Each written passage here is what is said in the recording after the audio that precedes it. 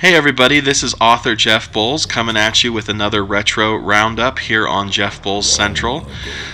This entry will be checking out The Mark of Kree, which debuted way back in the ancient year of 2002 on the PlayStation 2. I never got a chance to check this game out back in the day. I've never played it until now, so I'm glad that PlayStation 4 on the PlayStation Store made it available in HD remake fashion.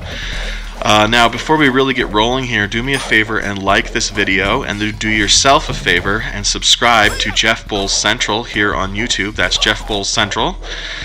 We bring you multiple fun things a week: gaming, comic books, novels, music, all sorts of fun stuff. So do yourself a favor and subscribe. You will not be disappointed, and that much I can guarantee. Okay, so The Mark of Kree. How many of you have played this game? Show of hands. Oh, I can't see you because this is a recording. Sorry, silly me. I loved this game. I went back into the old records and found out that it kind of got mixed critical opinion, but I found it really engaging, really fast, really fun.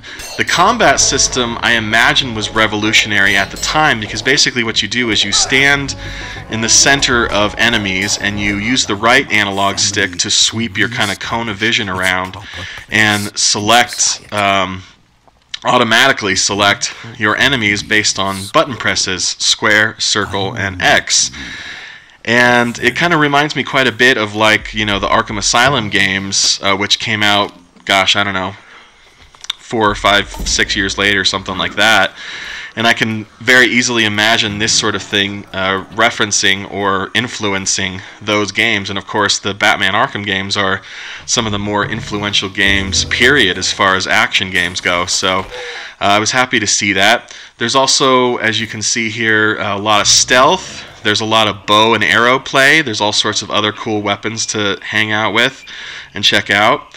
One of the really cool things about it, although it doesn't work as well as I was hoping it would, is your spirit animal here, your crow. And you can actually use your bird here to scope out what lies ahead, hidden enemies that you might want to stealth kill, tricky spots.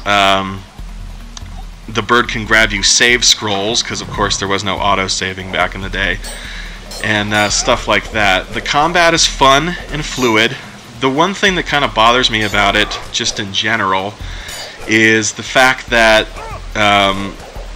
combat and skills and weapons are kind of meted out to you in tutorial fashion, but they don't lay it out, say, in the first half hour or hour of the game. What they really do is they give you a new set of skills or a new weapon or something like that, and then they give you a whole level to explore it, and they kind of stack it up like that. And I kind of found that clunky, just because maybe I'm too used to modern gaming, but I expect all the tutorial stuff to get out of the way early on in the game. You know what I mean? Rather than being meted out through the duration over a long. The other thing about it is just how gorgeous a video game it is. I mean, we're looking at the HD remake, of course, but it's not just about the fidelity of the graphics, it's the fluidity of the motion. It's the sheer diversity of animations in your hero and in the enemies. It's honestly one of the prettiest PlayStation 2 games I have ever seen, and I saw a lot of PlayStation 2 games back in the day, as you can imagine.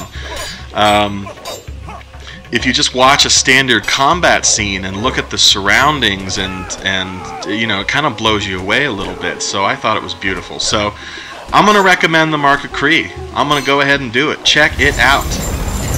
Also, do me a huge favor and check out Godling and Other Paint Stories. This is my book. I'm an author. 6 short stories and novelettes, and there's a couple novellas in there of science fiction, fantasy, and horror. It's funny as hell. It's adventuresome. It's great. You'll love it. I promise. I promise. Do me a favor. 99-cent Kindle copies on Amazon right now. Go get it, folks. Bye-bye.